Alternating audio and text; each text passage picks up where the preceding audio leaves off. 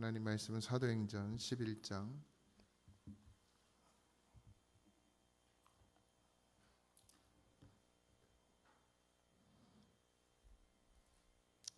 사도행전 11장 22절에서 24절입니다. 다 같이 합독하겠습니다. 시작. 예루살렘 교회가 이 사람들의 소문을 듣고 바나바를 안디옥까지 보내니 그가 이르러 하나님의 은혜를 보고 기뻐하여 모든 사람에게 굳건한 마음으로 주와 함께 머물러 있으라 권하니 바나바는 착한 사람이요 성령과 믿음이 충만한 사람이라. 이에 큰 무리가 주께 더하여 지더라. 아멘. 할렐루야.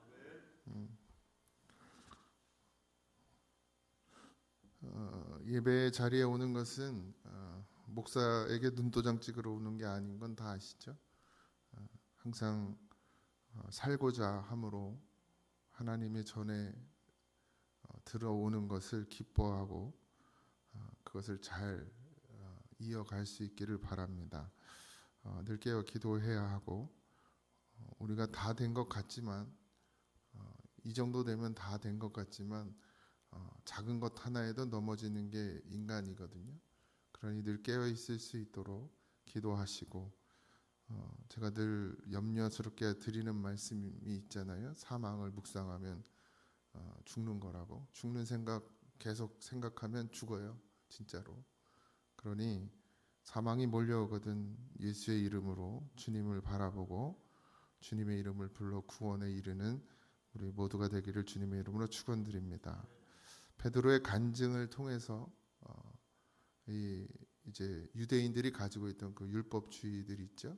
예수를 믿으면 구원인 것인데 유대인들은 아직도 그 율법주의에서 벗어나질 못해서 할례도 받아야 하고 여러 가지 자기들이 지키고 있는 율법적인 그 법들을 지켜야 된다라고 여전히 생각하고 있었습니다.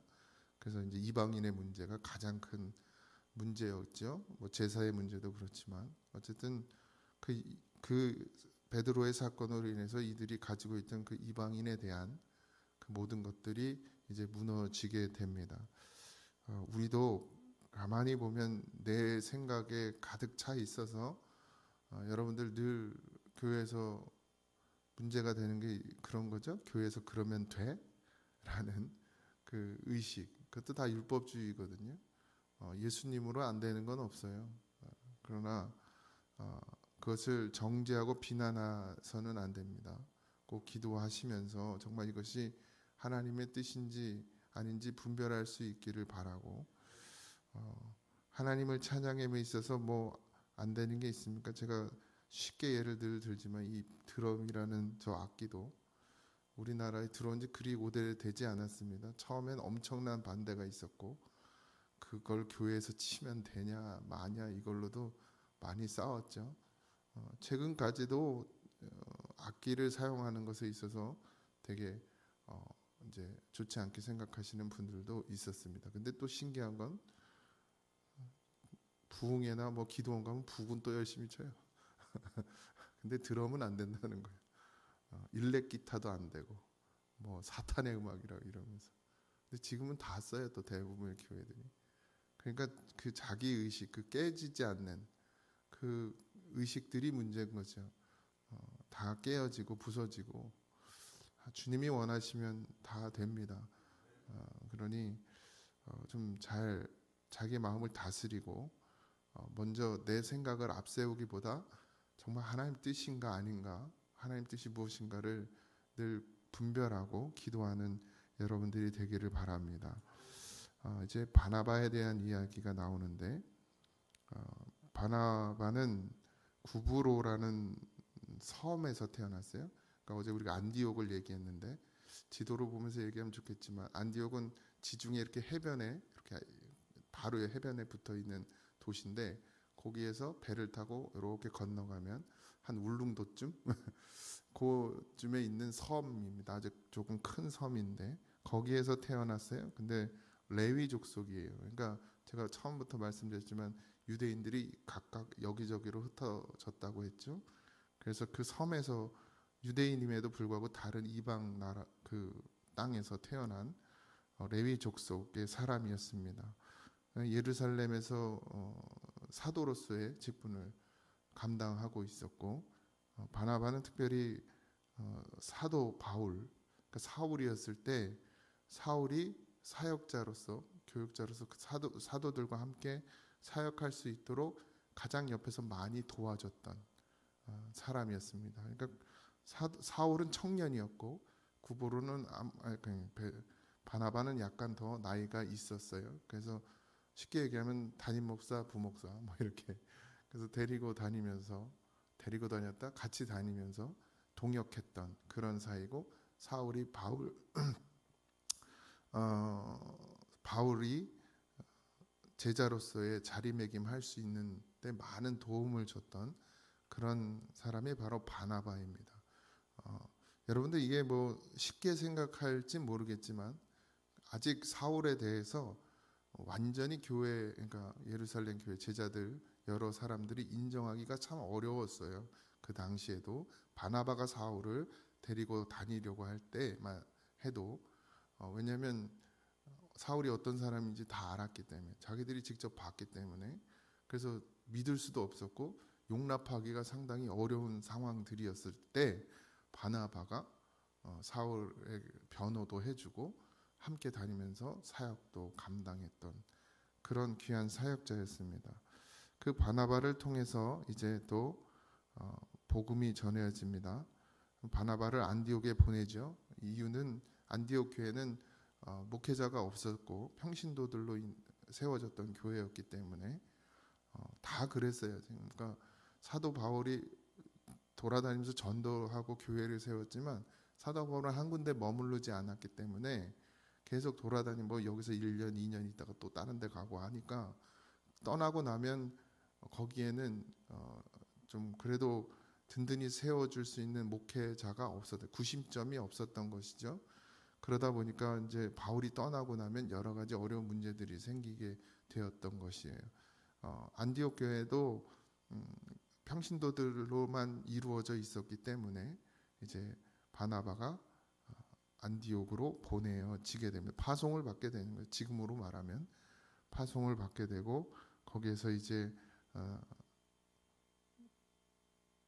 복음을 전하면서 교회를 세워가는 일을 합니다. 23절에 보면 그가 이르러 하나님의 은혜를 보고 기뻐하며, 그러니까 안디옥에 갔더니 벌써 그곳에 하나님의 그 은혜가 임하고 성령의 역사가 있는 것을 보고 기뻐했습니다. 근데 모든 사람에게 굳건한 마음으로 주와 함께 머물러 있으라 권했다 이랬어요.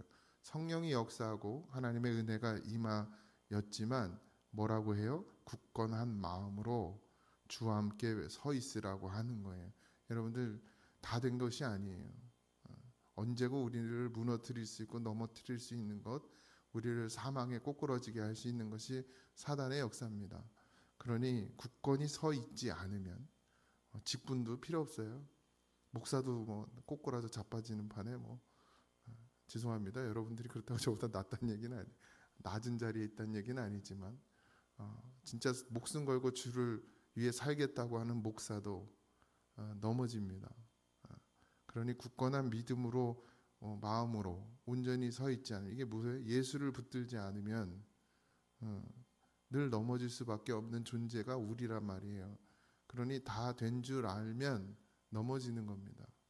그러니 우리는 항상 하나님 앞에 늘 여전히 부족한 자고 아직도 더 기도해야 하고 늘 주님을 붙들지 않으면 살 수 없는 그런 존재인 것을 잊지 마시기 바랍니다. 어느새 내가 서서 나는 이제 다 됐다라고 생각하고 나는 괜찮다라고 그런 착각에 빠져서 내 믿음의 연륜이나 내 직분으로 모든 것이 다 될 거라고 생각하는 그런 착각에 빠지지 마십시오. 목사일지라도 하나님 앞에 은혜를 구하지 않고 하나님께 매달리지 않으면 언제건 마귀는 끌고 가는 겁니다. 근데도 몰라요. 소경을 만들거든요. 눈을 멀게 만들어요. 그래서 자기가 어디로 가는지도 모르게 만듭니다. 그걸 무지한 거예요. 그러니까 지혜의 영 성령이 떠나면 내가 무슨 잘못을 하는지도 모르고 잘못을 하며 가요. 내가 하나님을 입으로 말하면서도 전혀 하나님이 존재한다라고 생각하지 않고 않는 사람처럼 살아간단 말이죠. 말은 하나님을 얘기하는데 그런 일들이 수없이 많습니다. 이번에 고향 교회 가서도 뭐 이제 그 전에도 말씀드렸지만 장로님이 이제 돈을 횡령을 했단 말이에요. 무슨 말을 하는지 아십니까? 장로님이 내가 이 교회 헌금을 얼마나 했는데라고 했대요. 상상이 가세요? 소용없어요. 직분 받아도 안 됩니다. 목사는 더하죠. 뭐 그러니 굳건한 마음으로 예수를 붙드는 그런 믿음이 되셔야 합니다. 다들. 그래서 새벽에 나오시겠죠. 뭐 간절히 바라는 것들이 있어서 나오실 수도 있겠으나 우린 여전히 예수 붙들지 않으면 살 수 없는 그런 존재인 것을 깨닫기에 아마 이 새벽에 또 나와서 하나님을 그렇게 기도하지 않나라는 생각이 듭니다. 저 역시 마찬가지고요. 힘들고 어려워도 꾸역꾸역 나와야 되는 이유는 그래도 나와서 기도하고 하나님 말씀 듣고 저도 전하면서 같이 은혜 받고 그래서 예수 붙드는 삶으로 갈 수 있기 때문에 꾸역꾸역 또 이 새벽에도 나오는 것이 아닌가 생각이 듭니다. 여러분 꼭 기억하시고 굳건한 마음으로 주와 함께 머무르는 삶이 되기를 바랍니다. 그리고 24절에 바나바는 착한 사람이요 성령과 믿음이 충만한 사람이라 이에 큰 무리가 주께 더하여지더라.